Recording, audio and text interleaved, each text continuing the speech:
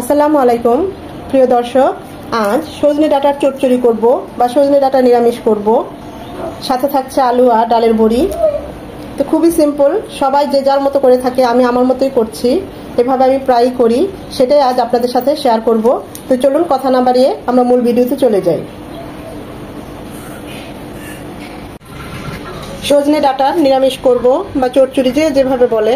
নিয়েছি আলু দুটো, সজনে ডাঁটা এভাবে ছিলে ধুয়ে পানিটা ছড়িয়ে নিয়েছি, ডালের বড়া নিয়েছি, কাঁচামরিচ, সর্ষে বাটা, এগুলো তো লাগছেই।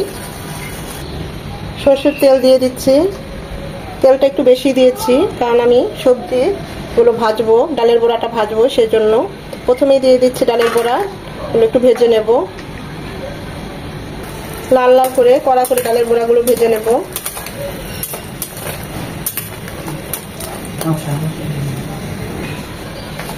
বড়াগুলো লাল লাল করে ভাজা হয়ে গিয়েছে, উঠিয়ে নিচ্ছি। এখন আলুটা ভাজবো। আলুটা যেহেতু একটু হার্ড, তাই আলুটা প্রথমে দিয়ে দিচ্ছি।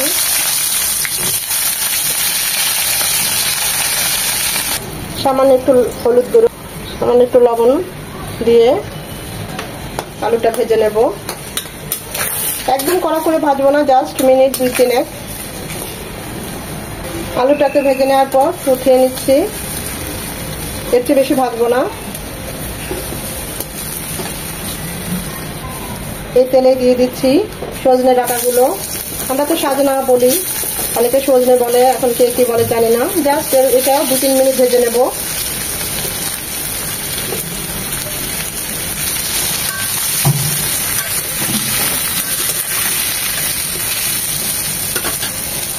দিয়ে দেবো সামান্য একটু লবণ, এখানে আর হলুদ গুঁড়ো দিলাম না।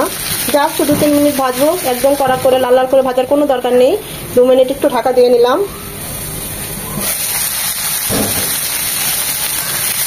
এটাকে কষিয়েও দিলে খুব ভালো হয়।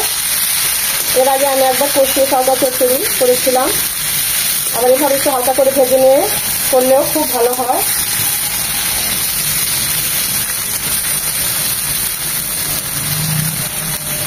এর চেয়ে বেশি ভাজবো না,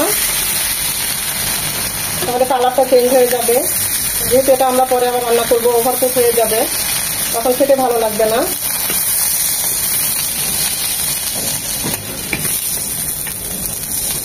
এখানে আরো 1 চামচ সরষের তেল দিচ্ছি,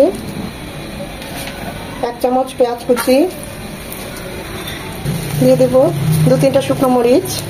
পেঁয়াজটা নরম হয়ে এসেছে, এখন দিয়ে দেবো 1 চামচের আদা রসুন পেস্ট, 1/2 চামচ আদা, 1/2 চামচ রসুন। এটাকে 1 মিনিট ভেজে নেব, যেন আদা যে ঝাঁঝালো গন্ধটা সেটা চলে যায়। এটা স্কিপ করবেন না, দিবেন, খুবই ভালো হয়।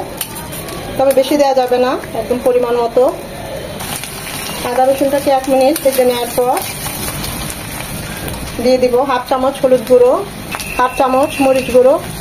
আমি যেহেতু কাঁচা মরিচ মাঝখানে কেটে দেবো, তাই মরিচ গুঁড়োটা কম দিলাম, আপনারা চাইলে বাড়িয়ে কমিয়ে নিতে পারেন।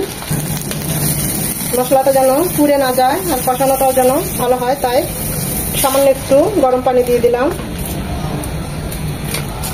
মশলাটা খুব ভালো করে কষিয়ে নেব। আর একটু পানি দিলাম।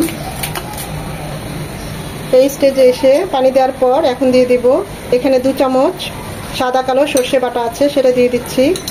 পানিটা দেওয়ার পরে তখনই দিবেন, কারণ এই অবস্থায় দিলে সর্ষেটা আটতে তো লাগবে না, যেহেতু এখানে হলুদ গুঁড়োটাও আছে, আবার একটু পানি দিয়ে দিয়েছি আমরা। খুব ভালোভাবে এটাকে বেশিক্ষণ কষানো যাবে না, জাস্ট 2-3 মিনিট। হাতের কাছে পোস্ত থাকলে 1 চামচ পোস্ত বাটাও দিয়ে দিবেন, রেজাল্ট খুব ভালো আসে। না থাকলে সমস্যা নেই, এভাবেও খুব ভালো হয়।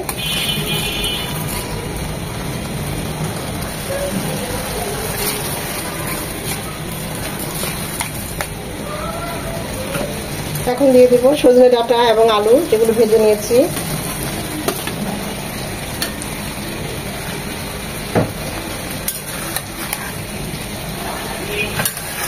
সবকিছু ভালোভাবে মিশিয়ে নিয়ে 3-4 মিনিট কষিয়ে নেব মশলার সাথে সজনে ডাঁটা আর আলুটা। কষিয়ে নেওয়ার পর দিয়ে দিব ফুটানো পানি।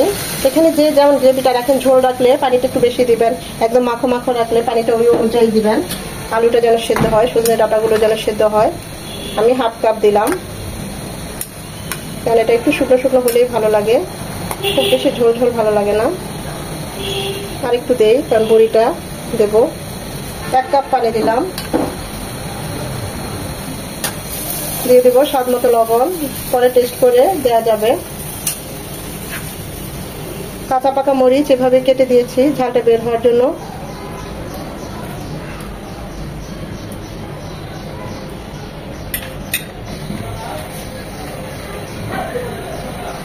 ফুটে আসা পর্যন্ত অপেক্ষা করব। আর একটু লবণ লাগবে, তাই আর একটু লবণ দিয়ে দিচ্ছি। দিয়ে দিচ্ছি সেই ভেজে রাখা বড়াগুলো।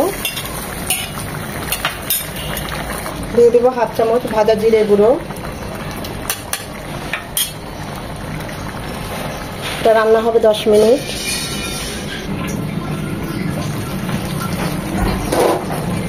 মাশাআল্লাহ, দেখতেই পাচ্ছেন আমাদের সাজনা নিরামিষটা একদম রেডি। চচ্চড়িটা তো মাখো মাখো হয়ে গিয়েছে। এটা এরকম মাখো মাখোটাই গরম ভাতের সাথে খুব ভালো লাগে। আবার এমনি এমনি সজনে ডাঁটাগুলো আমি তো খাই। এখন ধনে পাতা কুচি দিয়ে নামিয়ে নেব।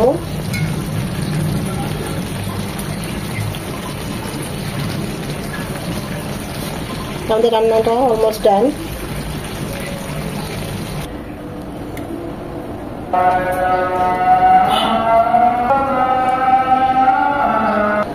কতটা ঝটপটে এবং সহজভাবে তৈরি হয়ে গেল বড়ি আলু দিয়ে সজনে ডাঁটার চচ্চড়ি বা সজনে ডাঁটা নিরামিষ, যে যেটা বলি আমরা। অসম্ভব ভালো হয়েছে। আমি তো এখনই ভাত দিয়ে খাবো, গরম গরম ভাত দিয়ে।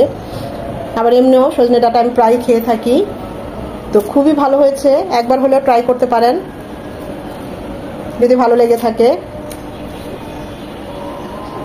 চাইলে একই রেসিপিতে বড়ি যদি না হাতের কাছে থাকে এভাবে চচ্চড়ি করতে পারেন। আমরা ওভাবেও ফ্রাই করি, খুবই ভালো হয়। আশা করি ভিডিওটা ভালো লেগেছে। আর যদি ভালো লেগে থাকে অবশ্যই একটা লাইক দিবেন, কারণ এই লাইকটা পরবর্তী ভিডিও করতে আমাকে উৎসাহিত করে, সাহায্য করে।